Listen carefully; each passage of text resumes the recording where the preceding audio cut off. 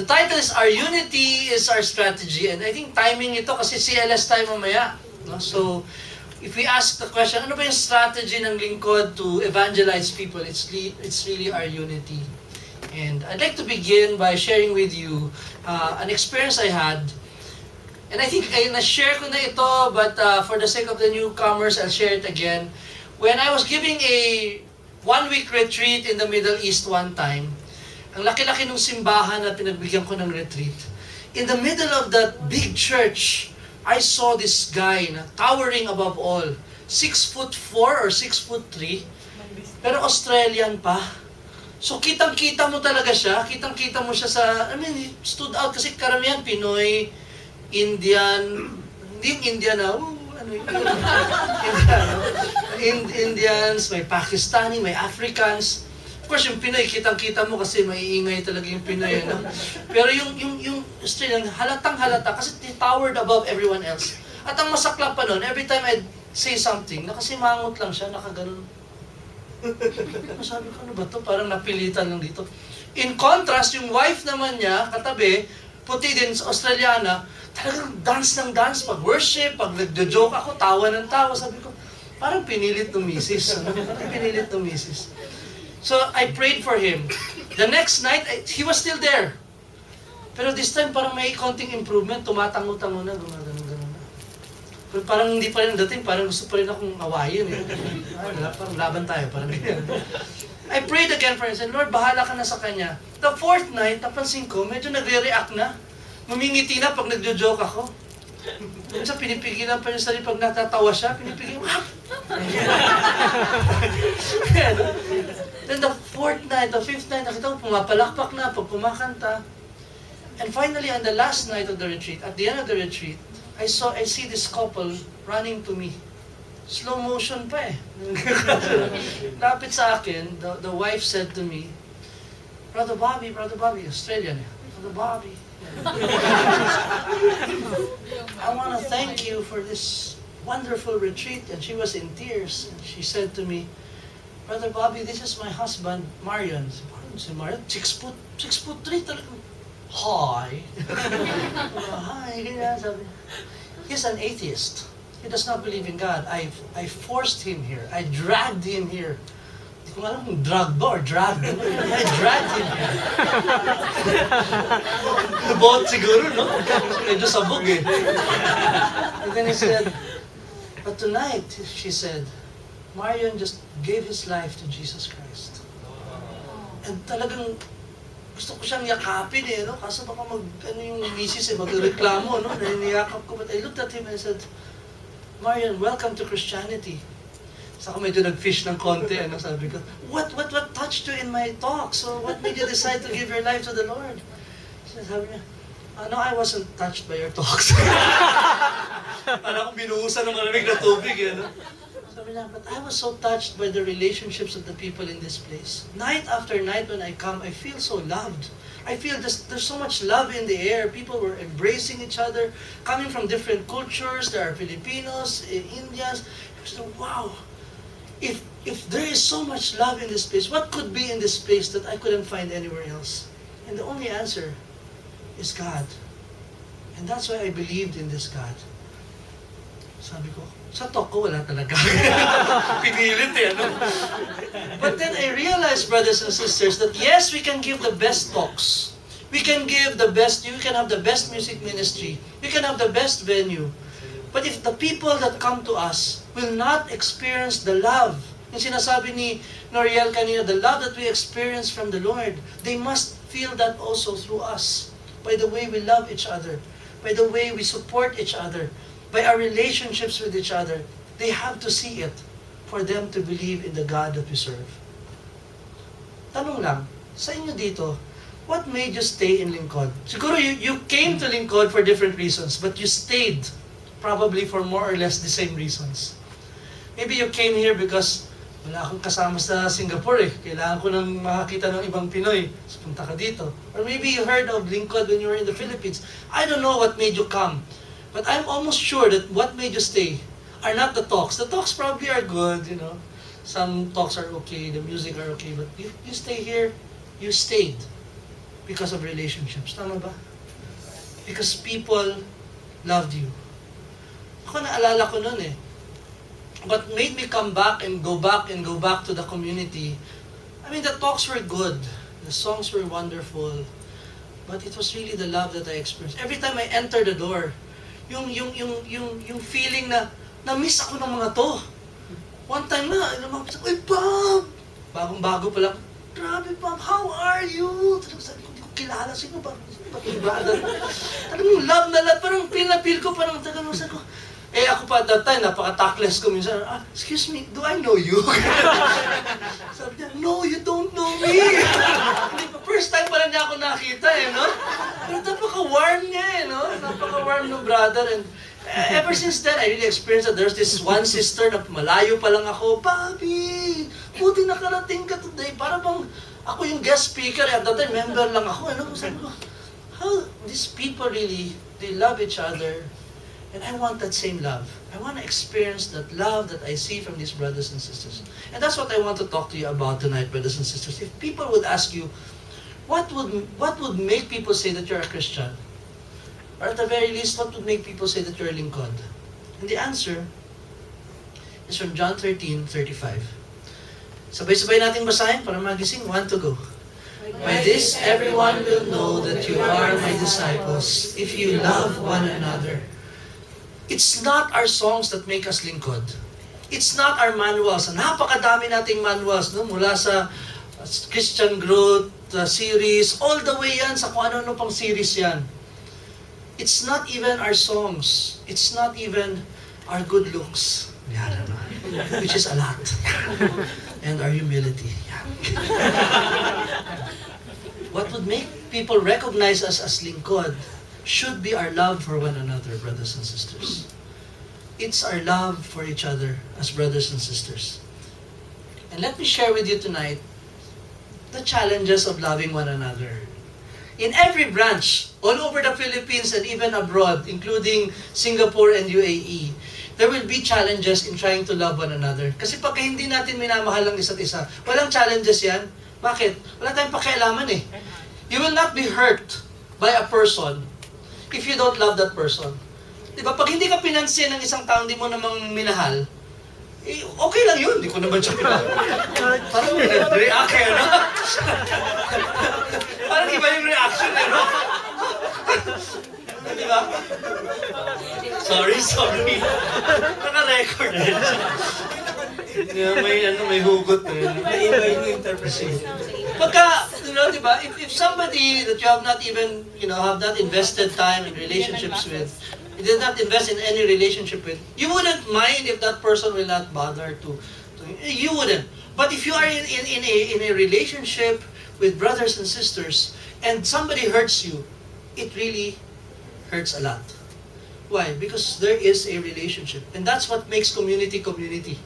Kaya huwag ka magtaka, bakit ako sinaktan ng brother na yan? Kaya ka nasaktan kasi may relationship kayo. Kung wala kang relationship, di ka masasaktan eh. Diba? Mali na naman yung context. Tuloy ko na. Baka umabot pa kay Monito eh. Binigay mong talk sa kanila. Christian sexuality course. Sige na ka. Okay, number 1. What are the challenges of loving one another? One is, tatlong D ito. One is differences. I look around me and I see variety. That's the word, variety. Various personalities are in this room. Various backgrounds. Various ages. Various, the only thing probably that's common to all of you is that you love the Lord.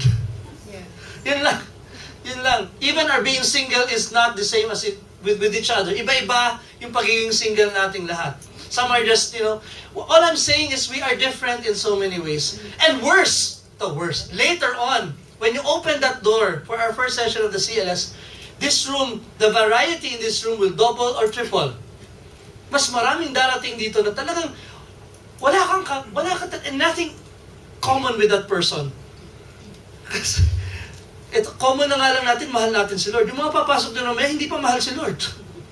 Diba? So, there's gonna be a lot of differences. And that's the challenge of a community. Kasi pagka magkasama tayo in lingkod, we We are different people with different backgrounds. We respond differently to different things.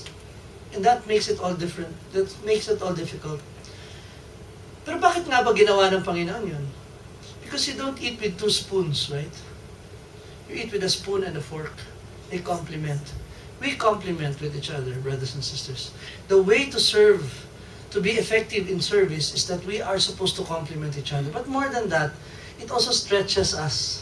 Our differences stretches us. Kasi kung pare-pareho tayong lahat, wala tayong pagkakaiba, komportable na tayo lahat. Alam natin na lahat, pag sa joke na to, tatawa lahat. Yung ganyang klase, no? Sa ganitong sitwasyon, ganito mag-react yung isa, ganito, sigurado ako ganyan siya magre-react, kasi pareho tayong lahat. But if it's a variety, we will respond differently to different things. It's gonna be more challenging. But it will stretch you, brothers and sisters. It will stretch you to become the best person, the best version of yourself that God wants you to be. Kaya nga, as iron sharpens iron, so does one brother or sister sharpen another. That's the power of being together. I remember dati, pinagdasal ko yun, Lord, ano na ako nun? Leader na ako. Lord, sana ma-stretch pa ako. I really want to become the best that I can be for you. And the best way to do that is for the Lord to send somebody that na hirap mahalin. Hirap talaga. Yung iniiwasan ng brothers and sisters, pagdating sa room talagang, makikita mo, nag-gravitate yung iba palayo, no? Ano siya yung, I think you've heard this term, yung EGR, yung extra grace required. You need a lot of grace to deal with a person. Medyo may space, yung tinatawag na space problem, yung pagkausap ka lapit-lapit, parang wala siyang concept of personal space. Pagkausap ka talagang, gusto mo mag-raincoat lagi. Di ba ganon? But then, I said, Lord, if this is the way to become a better person, I will deal with this person, and I will love this person the way you would want me to love this person. And besides, sabi ko, Lord, I'm so unlovable, and yet you love me. What gives me reason not to love this person? So I really reached out to him. Yung naging best friends kami. And eventually, sabi pa nga ng wife ko sa akin, ni Jen, alam mo, blessing ka talaga sa kanya. Ikaw lang yung nakakatagal dyan. Alam mo, sabi sa kanya, you got it all wrong. Blessing yan sa akin. Because if not for him, I would not have expanded my heart this much. Ang kagandahan nito, brothers and sisters, we became so close that he eventually became a godfather to my first daughter. Huwag niyo lang tingnan yung listahan ng godfather. Sino kaya dito? But he really became a very good brother to me. All I'm saying is, it happens. Even in service. Ang hirap mag-serve pag hindi kayo compatible. Di ba meron tayong sa ministry, di ba, na partner sa ministry. Brother, head ng ministry, sister. Ang hirap nun pag hindi kayo ka-wavelength, di ba? I don't know here in Singapore, baka okay kayo, but in other branches, you can see really there, talagang BL at BWL nga lang eh. Hindi magka-wavelength. Not that the other one is better than the other. Iba lang talaga sila. I had a BWM before na sobrang galing niya. Ako naman, parang iba rin yung approach ko. So, hirap kami, but we had to work it out together because we're serving the Lord. Earlier in my service, ang pinakahirap ako noon was serving with a sister na mas older sa akin. When I entered the community, she was already a leader. So hirap na hirap ako kasi pag may sasabihin ako, nag-iisip na, ano sasabihin mo sa sister, di ba? Baka pag na-counter ako dito, magmukha akong mali, di ba? Ganyan. So hirap na hirap ako, but I had to assert myself. And the sister was also too humble naman to really just let me be myself and let me lead.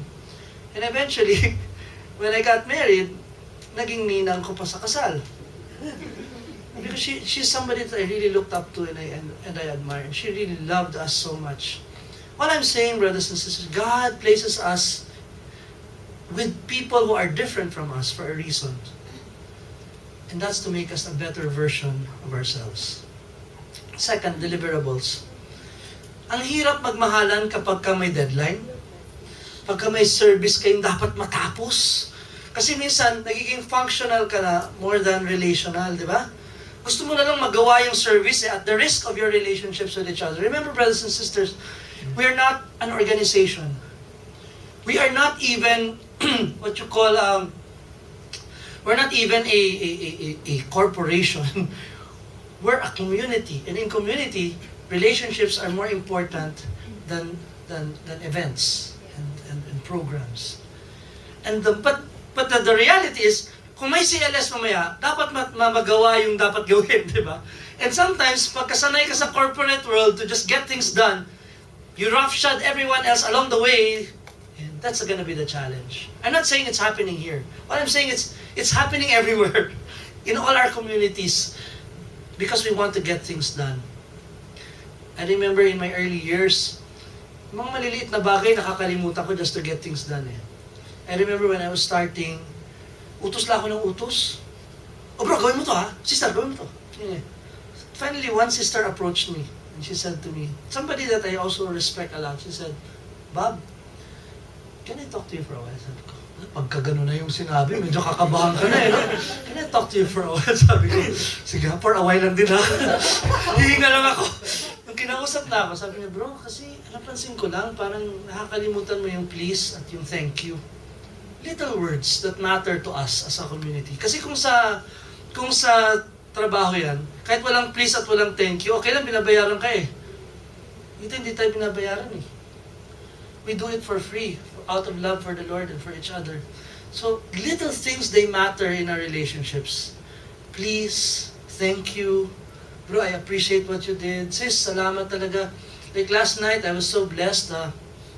Si Marix, you know Marix from the national office, she had to go back and forth from PAL just to fix, kasi nagkamali yung PAL. Kasalanan pa ng PAL ha, hindi natin kasalanan. Kasalanan ng PAL. Ang pangalan ko kasi Robert J. Kitain, ang nalagay lang Robert, walang T. Robert J. Meron ganyan, ano? So, obvious naman, meron ba magpapangalan ng Robert lang? Ano, Robert? So, sabi ko, pagbabayarin tayo ng mas malaki just for the T, to add T to the name.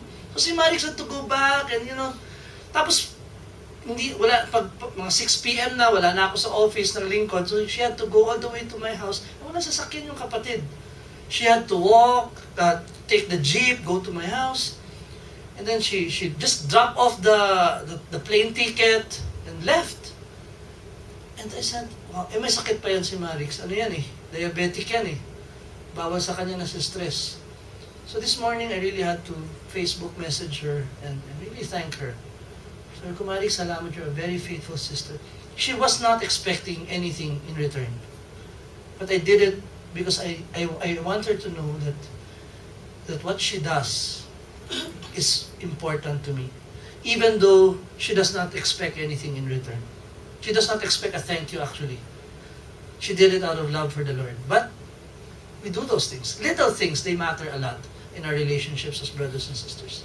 Do not let the deliverables prevent you from really delivering love to each other. And thirdly, deception. That's a third challenge. The enemy would love to divide us. Tawag yan, divide and conquer. If he can divide the community, he will conquer the community. So the very first thing he will play around with would be your hearts and your minds, brothers and sisters. Ang sinasabi ko lang dito, be careful. Be careful because the enemy wants to plant there in your mind things that would prevent you from loving each other. Parang yung isang brother na alala ko dati, when I was still with the servants of the word, ano yung grupo na yung servants of the word, yung mga single brothers, we live in one house. Usually sabay kami sumasakay sa L300. One time, itong brother na to, naiwan siya sa bahay, umalis ng L300. The brother was sharing with us, nung naiwan daw siya sa bahay, nakita pa niya yung L3 umalis eh. Kung ano-ano pumasok sa isip niya, ganyan talaga yan sila. Hindi talaga nila ako mahal. Mga ganun na, yung parang talagang sinadya nilang umalis. Alam nilang nasa banyo pa ako. Tagal kasi talaga sa banyo, mga 30 minutes talaga, ganun. Sabi ko, grabe. Naisip mo lahat yun, bro? Sabi ko, naisip ko lahat yun. At gusto ko nang umalis sa servants of the word dahil dyan. Parang ganun lang, naiwan. But then, sabi ko, what stopped you? And said, I had to get hold of my mind because I know those thoughts were not coming from me nor the Lord. It was coming from the evil one. So I had to remind myself, mababait naman itong mga kapatid ko eh. If they did something, they will never do anything to spite me, to hurt me. If they did it, I will give them the presumption of good faith always. Presumption of good faith always. Kasi mababait naman yung kapatid, mahal si Lord eh. Di naman gagawin ng anything to hurt you. Kung may nagawa sila that hurt you, it wasn't intentional. That's the presumption always. So when we deal with each other, there's always that presumption that the person never did anything out of intention to hurt you. Deliverables, differences, and deception. Okay, so now, but what kind of love is a powerful witness? Okay, Acts 2, 44 to 47. All who believed were together and had all things in common. They would sell their possessions and goods and distribute the proceeds to all, as any had need. Day by day, as they spent much time together in the temple, they broke bread at home and ate their food with glad and generous hearts. Asanay tayo dyan? Ate their food with glad and generous hearts, praising God and having the goodwill of all the people. And can you read the last sentence, brothers and sisters? And day by day, the Lord added to their numbers those who were being saved. If you read all the sentences prior to that, there was no talk of Peter was such a great preacher. Or they had a wonderful music ministry. What added to their number was not the cosmetics.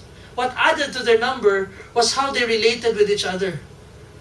Do you see that, brothers? How they shared everything in common. They spent time with when they say broke bread at home, hindi lang ibig sabihin nun kumain magkasama. They shared each other's life. That's what attracted people to them. That's what added to their number. In the same way for us in Lincoln, if you ask us, what is your strategy? That is our strategy. Our strategy is the way we relate with each other is so attractive that people would really want to be part of us. Talagang nakita nila, grabe sila magmahalan, no? Sobra sila magmahalan. They really want to be part of us. That's our strategy. So the question now is, let's break it down. What are the 4 characteristics of this strategy? Number 1, it's a sacrificial kind of love. Have you ever sacrificed anything for community? I'm sure you have. Your time, your convenience, grabe yan. Pero yung sacrifice na yan, brothers and sisters, it really has to hurt to be a sacrifice. Yung pupunta ka sa prayer meeting, dati naalala ko, magpe-prayer meeting kami, CLS yun. Talagang inayos ko lahat, ako nag-fix ng chairs, tapos ang dumating, 2 lang. 2 lang yung participant. Kambal pa. joke. Hindi naman. Parang isa lang yan. Duduling ba ako? Ganyan. Pero talagang ganun eh, no? Ang hirap, the sacrifice involved. I don't know, many of you know Nads Gawat, the former BL of, di ba? QC. And I think he was here. Do you remember his life story? You remember how these 2 brothers, offered to take him in when he was still studying at wala na siyang pera, took him in their boarding house. Sila pa yung may-ari ng boarding house, sila pa yung nagbabayad sa boarding house, pero si Nads pa yung pinahiga sa kama at sila yung nasa floor. Can you imagine? Ikaw yung nagbabayad ng boarding house, pero yung guest mo, na hindi mo lang nagbabayad kay 1 sentimo, siya pa yung nasa kama, sila yung nasa floor. And they did it for 1 semester or 1.5 semester. Grabe, no? Saan ka makakita ng ganun? Di ba? And then, they even paid for his tuition. Sacrificial. Grabe magmahal ang kapatid. And I've seen that firsthand in my life, how brothers and sisters have loved me. You know my story, how Raul Roncal protected me in my early years, di ba? I don't know if you remember, yung kwento ko nung bago pa lang ako sa community, may frat rumble sa UP.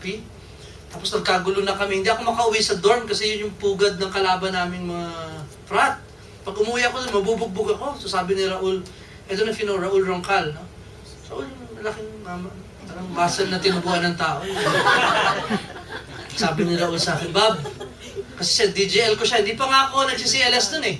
DJ leader ko siya sa ano pa lang, sa retreat, Crossroads retreat. Bob, sa bahay ka na matulog. Poprotektahan kita. Sino ba itong brother na to? No? Saan ba itong bahay nito niya? Pagdating ko sa bahay niya, Excited pa akong pagpasok ko doon, ganun. Walang kama. Walang kama. Saan tayo matutulog? Sabi niya, naglabas ng banig. Kasi, doon sa Servants of the Word, walang kama talaga sila. He's a member of the Servants of the Word. Talagang banig lang talaga. Pero sabi niya sa akin, I never forget it. When I was about to sleep, sabi niya, Bob, pag dumating yung mga kalaban mo dito, ako ang haharap sa kanila. Grabe itong taong to. Sacrificial. The next day, pinakain pa niya ako. And, okay na, saka ako nakaalis. All I'm saying is, mga kapatid, sometimes it takes more than just lip service. Sacrificial, it will hurt. It will be painful. But that's community. Next, unconditional. It's a love that na walang kapalit na hinihingi. Walang conditions. I will love you pag active ka sa action group. Hindi. The AJLs here would know. You're called to love even that person who only attends when there's food. Who only attends pag fellowship, di ba? Mahalin mo pa rin yan. Walang pinagkaiba yan dun sa isang taong active na mas active pa kay Jesus, di ba? Mamahalin. May kilala ka bang ganyan? Yung laging tawag ni Mon sa akin bro, mas active ka pa kay Jesus, sabi niya. Kasi, we will love people regardless of whether they're active or not. We will love them the same way. Nakakatuwa, lalo na pagka-tragedy, mga kapatid, pag may pagsubok, doon mo talaga makikita yung unconditional love. Nung Ondoy, which, by the way, I'd like to thank you for your donation nun. Kasi, grabe yung Ondoy sa Manila. I don't know if some of you were still there. Pero may mga kapatid talaga tayo. Paula, ikaw pa yung RWM. Alala ko nun kasi, yung mga kapatid daw, sa Marikina yata yun May isang kapatid na nabaha yung bahay. Dumating yung mga brothers and sisters. Talaga naglinis. To a point na yung kapitbahay, curious na sino mo to kasi by batch ibang action group muna, to next action group, palit-palit. So, curious na yung matanda sa kabilang bahay kasi sila lang naglilinis ng bahay nila, pero sa kabila parang merong service na every hour, ganyan, paikot-ikot, shifting. Di na daw nakatiis. Tinanong yung may-ari ng bahay na sister, sino yung mga naglilinis dyan? Kasama po namin sa prayer group namin sa lingkod ng Panginoon. Grabe, sabi ng matanda. Walang bayad? Grabe. Paano ba sumali dyan sa akin? Gusto sumali, no? Sabi, Lola, tungkod ng Panginoon po kayo, ganyan. Wala, no? Pero it really makes people curious, What would make these people, nililinis yung toilet, di ba? Nililinis yung, kasi puno-puno ng mud, So what I just said to myself, grabe yung community when it comes to unconditional love. Walang kapares yan. And I believe, brothers and sisters, this will really make people think, wow, they really love one another. Number 3, radical kind of love. It's so radical, brothers and sisters. You know what radix mean? Root. Pag sinabi mong root, it's very rooted, deeply rooted in God. Na hindi matitinag, di ba, pagka meron kang mataas na puno, bakit hindi nabubuwal pag bagyo? Pag malalim yung roots. Ang love natin for each other is deeply rooted in the Lord. Hindi yan basta-basta natitinag. Hindi basta-basta, for example, umalis na ng lingkod Singapore, lumipat ng lingkod New Zealand, yan. Or lingkod Australia, ganyan. Kapatid pa rin yan. Kahit nga umalis pa lumipat na ng ibang community yan, kapatid pa rin yan. Hindi yan basta-basta nawawala. And distance, nor time, can really separate us from each other. My batchmates in the community are still my good friends until today. Some of them are no longer in community, but they're still good friends. And they still follow the Lord in their own way. And there's nothing wrong with that. But all I'm saying is, we have deeply rooted relationships in the Lord. Nakakatuwa nga, even distance will not separate us. When my father passed away in 2014, sa Ligaya kasi we call pastoral leaders. Dating lingkod din itong brother. Pastoral leaders. My pastoral leader went all the way to Davao together with his wife and spent a week, nag-leave sa trabaho, a week to be with me during the wake of my dad. 4 or 5 days there. Of course, bakasyon na rin siya, no? Nag-swimming muna, tapos punta sa wake din. pero every night, he was there sa wake. And I just said, wala ka ba ibang gagawin sa buhay mo? Kundi supportahan lang ako dito. Sabi niya, yes bro, I'm just here for you. Anything you need, I'm here, I'm available. So what a radical kind of love. Even my family, my mga kapatid ng tatay, sino yung dalawang yan? Yung mag-asawang yan? They're my leaders in community. I said, wow! They've been here from Manila all the way, yes. Just to be here with me. Amazing.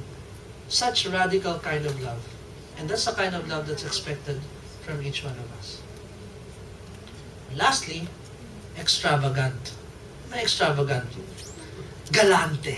Yan. Galante sa pagmamahal ang community. Talagang overflowing yan, yung love natin for each other.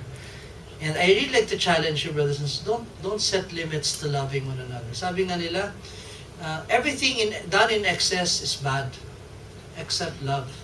Except loving each other and loving the Lord. We have to really love each other excessively, extravagantly. Iba na naman naisip ng iba, eh, no? Love daw, love.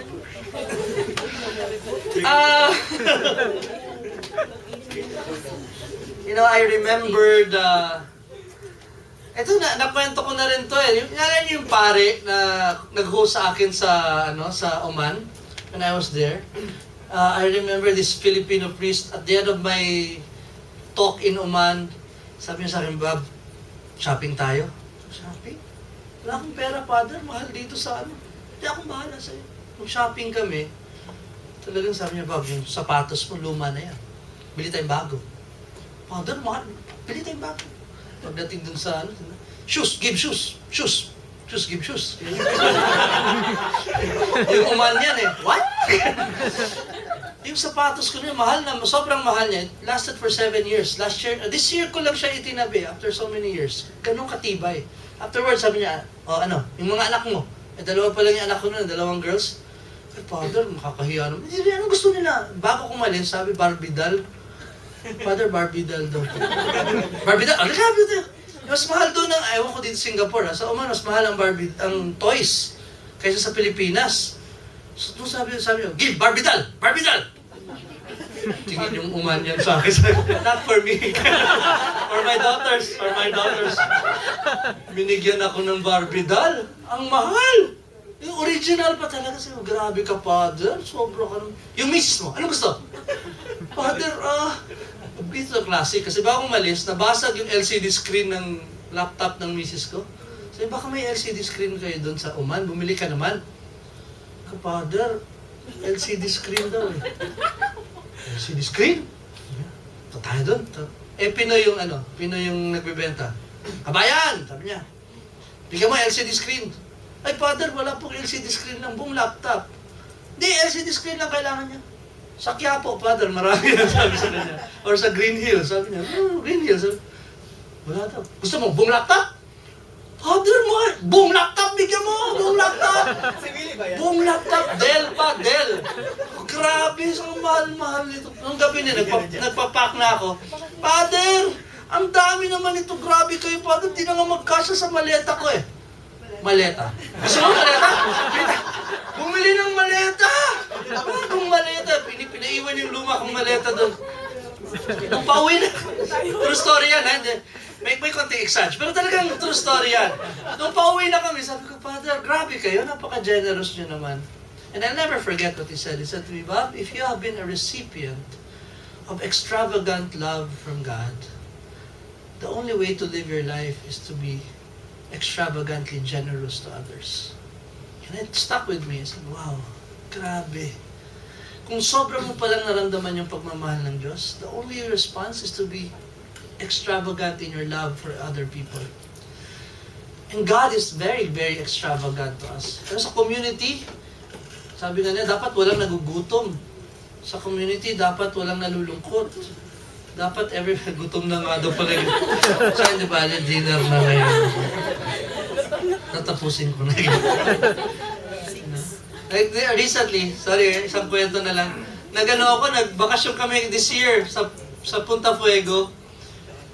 Medyo short yung budget namin kasi ang daming gastusin. Sabi, sa ano tayo? Sa Punta Fuego. Sabi ko, Punta Fuego, sige. Sino kayong pwede? Mahal kasi yung Punta Fuego eh. Kailangan residente ka ng... Ano yung Punta Fuego? May brother sa community na nabalitaan niya na may bala kami magpunta Fuego. Sabi niya, bro, you can use our rest house there. Wow, grabe. Rest house libre. So, pwede mong gamitin yung pool kasi may maganda silang pool doon eh. Sa ano? Ay, hindi pwede. Sa beach, pwede kasi beachfront yung sa amin. Pero sa pool, kailangan niya ng... wala akong ticket for the beach sa pool. Nagkataon, may meeting ako the day before with the senior head coordinator of Ligaya ng Panginoon. Na-mention ko lang, sabi niya, bro, saan ka bukas? Punta akong Punta Fuego. Talaga? Oo. Naghahanap na ako ng ano ngayon sa pool, yung kailangan ng ganyan. Ay bro, ang dami ko. Nila ako sa bahay, ang dami niyang ticket sa pool. Ito, sa inyo na lahat. Gusto mo yan. Pati sa ano. Napilitan tuloy mag-swimming yung yaya ng anak ko. Talagang ganyan.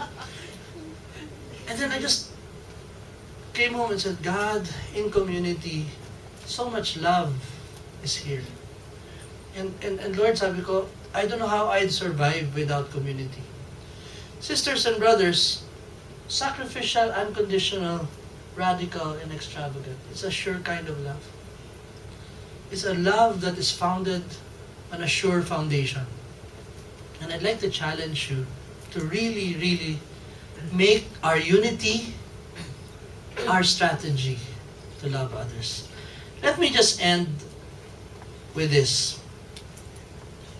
May dalawang magkaibigan, isang baboy at isang manok. Baboy at manok. Meron silang master. Master Erwin. Yan, ano. Sabi na, ano ba mag-birthday na ni Master Erwin? Ano ba pwedeng ibigay sa kanya? Isip sila, yun dapat yung ibibigay natin. Yung talagang masigurado siyang sa atin lang manggagaling. Yung uniquely ours. Ano ba yung pwedeng ibigay kay Master Erwin? Ang bait-bait niya ni Master Erwin sa atin. Sabi nung nakaisip yung manok, alam ko na. Ako, magbibigay ako ng itlog. Ikaw, magbigay ka ng bacon. Nag-isip ngayon yung baboy. Sabi niya, teka, maganda ako makakapapayag yan ah. Ikaw, sa'yo, ang bibigay mo lang, contribution. Sa akin, buhay. Di ba? Ikaw naman pwede magbigay ng bacon na hindi ka mamatay eh. Okay lang sa manok dahil itlog lang eh. What's expected of us is not just a contribution to the community. What's expected of us is our whole lives. Everything about us. As a response to the Master who has been very generous to us. Our greatest tragedy is not to be united. Our greatest strategy is to be united with the love of the Lord. And I hope to see that later when the CLS begins. God bless you, brothers and sisters.